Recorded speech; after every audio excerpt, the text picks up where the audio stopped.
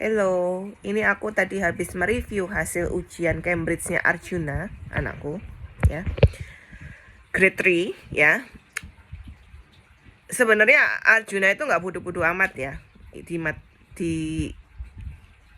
di sekolah ya gitu.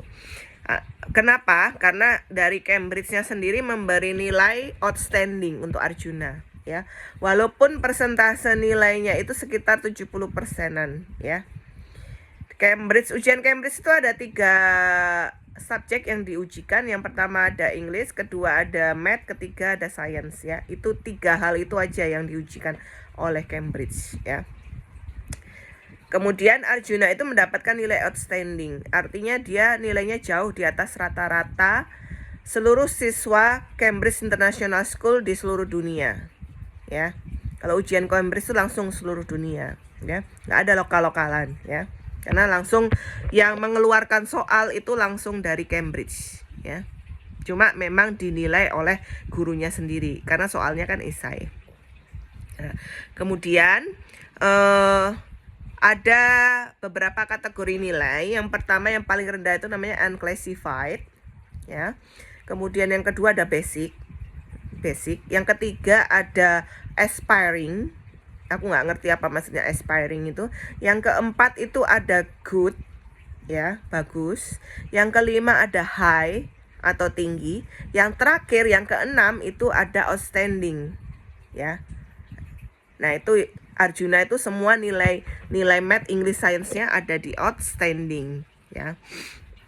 Jauh di atas rata-rata, ya. Jauh lebih tinggi di atas rata-rata, ya. Dan kalian nanti perhatikan di videoku ya, soal-soalnya Cambridge itu seperti apa, ya. Itu kelas 3 SD seperti itu, ya.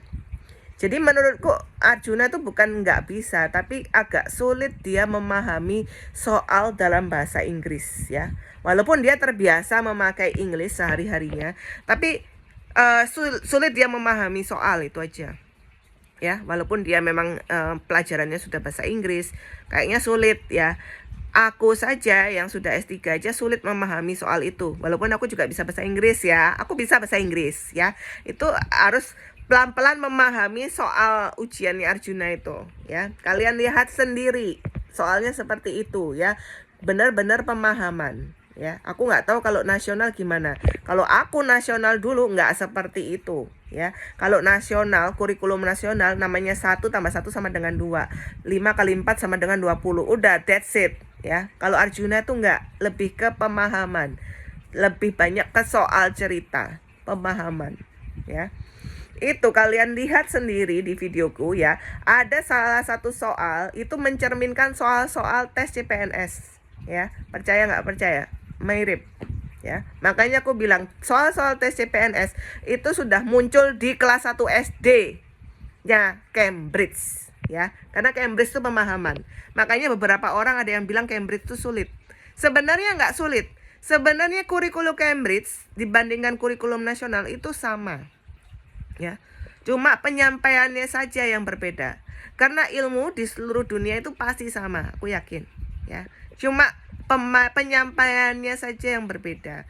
Kalau Cambridge lebih ke komprehensif, pemahaman, ya. Kayak tadi, ya, salah satu soal, ya, bilang dia jual perangko. Ini tapi soalnya dalam bahasa Inggris, ya. Dia jual perangko. Perangkonya itu tinggal 1/4. Dia sudah berhasil menjual perangko 3/4 perangko, ya.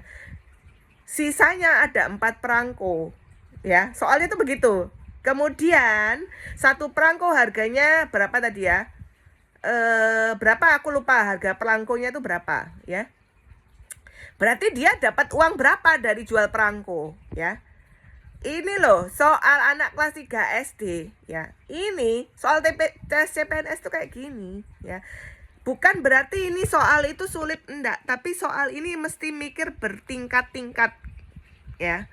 Bertingkat-tingkat. Terus jadi kan mesti mikir dulu, dia perangko sisa 4, dia sudah jual 3/4. Berarti total perangko ada berapa? Kan itu pertama kali ya, harus cari berapa total perangkonya. Habis gitu dia jual perangko berapa, terus kemudian dikalikan lagi dengan rupiah, dengan uangnya gitu, dengan harga perangkonya, kan begitu. Jadi sebenarnya nggak sulit, cuma untuk anak kelas 3 SD aku yakin itu rumit ya, untuk anak kelas 3 SD. Kemudian adalah soal berpola. Nah, ini soal berpola itu pattern ya, itu sama kayak soal tes CPNS lagi mengenai deret hitung. Ya, deret hitung. Deret hitung itu anakku di Cambridge sejak kelas 1 sudah belajar deret hitung. Ya. Ngerti, ya. Aku ya nggak yakin kalau di kurikulum nasional tuh diajarin seperti itu, nggak yakin. Aku cuma yakin aja di kurikulum nasional diajarin tambah-tambahan, ya, kali-kalian tambah-tambahan, ya. Tapi tidak diajarkan mengenai kayak anakku tuh odd numbers, even numbers, ganjil genap, mengenai bilangan itu loh anakku. Jadi itulah maksudku itu kurikulum Cambridge itu memberikan ilmu itu mungkin sama, kita pasti akan dapat ilmu itu juga, cuma berbeda cara penyampaiannya aja gitu. Kalau menurutku ya, lihat sendiri seperti itu soalnya gitu. Cambridge menurutku itu sulit karena aku udah pernah, aku kan SD negeri, SMP negeri, ya kan, jadi itu udah tahu kurikulum. Masa berubah sih zaman aku dulu sama zaman sekarang? Pastilah mirip-mirip ya.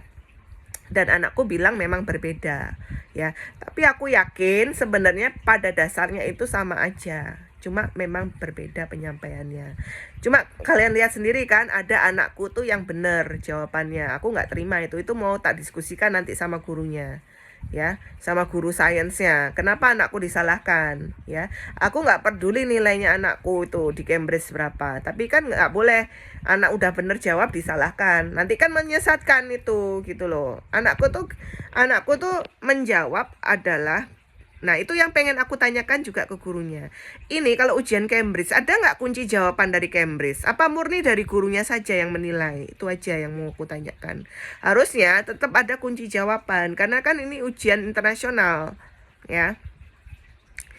Cuma kalau ada kunci jawaban, kenapa kok anakku masih disalahkan? Jadi ceritanya begini, anakku menjawab bahwa cairan itu bisa ditekan ya. Nah itu memang benar, cairan bisa ditekan. Kenapa nggak bisa ditekan? Ya, cairan itu bisa ditekan ya. Itu di soalnya itu gurunya menjawab cannot be compressed, ditik sama gurunya. Padahal kan cairan memang bisa ditekan. Makanya anakku tidak mengetik pernyataan cannot be compressed gitu loh ya. Jadi seperti itu. Itu mau aku tanyakan, jelas aku komplain ya. Aku tanya ke Kirana, gimana sebenarnya ujian Cambridge? Kapan ada ujian Cambridge ya? Soalnya dulu Kirana ujian Cambridge itu pada saat dia kelas 6 ya, mau masuk ke secondary. Nah, Arjuna ini udah di kelas 3. Nah, nanti mau tanya lagi ke gurunya, kapan sebenarnya ada ujian Cambridge ya? Karena memang sekolahnya Kirana ini baru dia masuk menjadi Cambridge International School ya. Gitu. Ada nggak persiapannya? Kirana bilang ada persiapannya. Mirip-mirip nggak soalnya? Ya kurang lebih sama ya. Tapi memang soal ujian kan nggak ada yang tahu pasti ya apa yang bakal keluar. Jadi menurutku Arjuna itu kelemahannya itu adalah di pemahaman sebenarnya. Kadang Kirana juga aku perhatikan dia agak kurang bisa memahami soal dengan baik ya. Memang aku nggak nyalahin, memang kadang soalnya itu perlu dibaca berulang-ulang. Jangankan anak-anakku yang masih umur kecil gini ya, aku aja membaca soalnya mereka mesti apa sih maksudnya nih, apa sih maksudnya, jadi mesti baca berulang kali, oh begini toh maksudnya ya.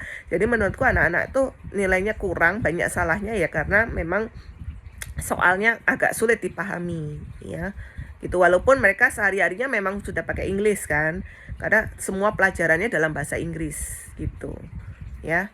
Jadi ya mungkin nanti aku mau tanyakan kenapa begini ya. Seharusnya apakah memang dari Cambridge punya kunci jawaban, kemudian gurunya tinggal mencocokkan, apakah gurunya mikir sendiri. Nah kalau gurunya mikir sendiri kan aku menyangsikan gitu loh kemampuannya gurunya gitu kan gitu. Aku bisa komplain itu. Jadi ya nantilah, ini mau libur ya belum bisa. Aku mau tanya nih nanti mungkin Senin aku homeroom teachernya bisa nggak aku konsultasi masalah pelajaran anakku ini, kok kayaknya anakku bener kok disalahin ya. Aku sering sekali begitu.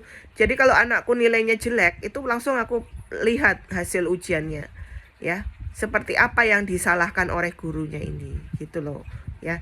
Jadi ketika nilainya jelek itu bukan berarti aku eh, apa namanya menyalahkan anakku, enggak, tapi lebih ke ayo kita review sama-sama, kamu ngerti nggak gitu ya, seperti itu ya.